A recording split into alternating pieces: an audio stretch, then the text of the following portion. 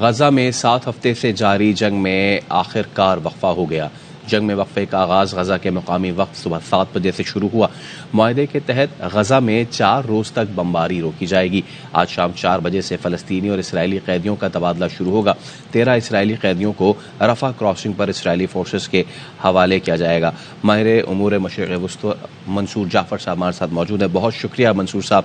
تو ہم دیکھ رہے ہیں کہ ایک دن ڈیلے کے ساتھ اب اس کا آغاز ہوا ہے۔ کیا سمجھتے ہیں کہ کتنے عرصے تک یہ معاملات جاری رہ سکتے ہیں؟ کیونکہ اسرائیل تو ڈٹا ہوا ہے اور وہ کہہ رہا ہے کہ جب یہ چیز ختم ہو جائے گی 4 دن بعد ایک بار پھر حملہ جو ہے بھرپور شروع ہوگا۔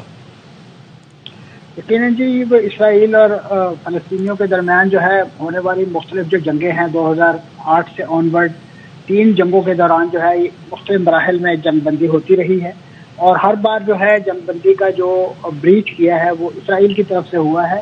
لیکن یہ موجودہ جنگ بندی اس حوالے سے منفرد ہے کہ اس نے جو اس بار کردار ادا کیا ہے وہ مصر اور قطر کی طرف سے کیا گیا۔ ماضی میں یہ کردار جو ہے وہ مصر اور امریکہ ادا کرتا رہا ہے، کیونکہ امریکہ خود اس وقت اسرائیل کے کیمپ میں ہے، اور جس کی وجہ سے اس کا پلڑا جو ہے وہ یقیناً جو اس کا ووٹ ہے وہ اس وقت اسرائیلیوں کے حق میں ہے۔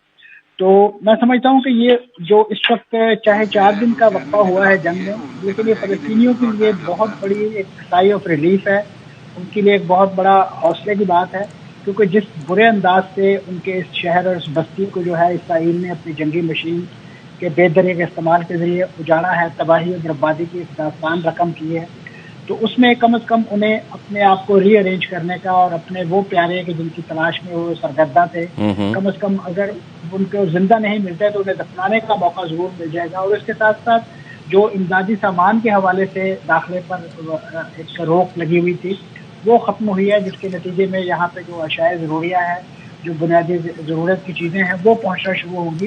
اور اس کے ساتھ ساتھ میں سمجھتا ہوں وہ سیم اذہان یا بعض امیر اقوام جو ہے وہ ایک بار دوبارہ اس بات پہ سوچنے پر مجبور ہوگی کہ آخر یہ کیا وجہ ہے کہ یہ خطہ جو ہے وہ آئے روز جنگ کے علاؤ میں جلتا ہے، اور کیا وجہ ہے کہ اسرائیل جو ہے وہ انہیں ان کے وہ بنیادی حقوق، ان کے وہ سرزمین پر رہنے کے حقوق جو انہیں ٹھیک بہت شکریہ منصور جعفر صاحب۔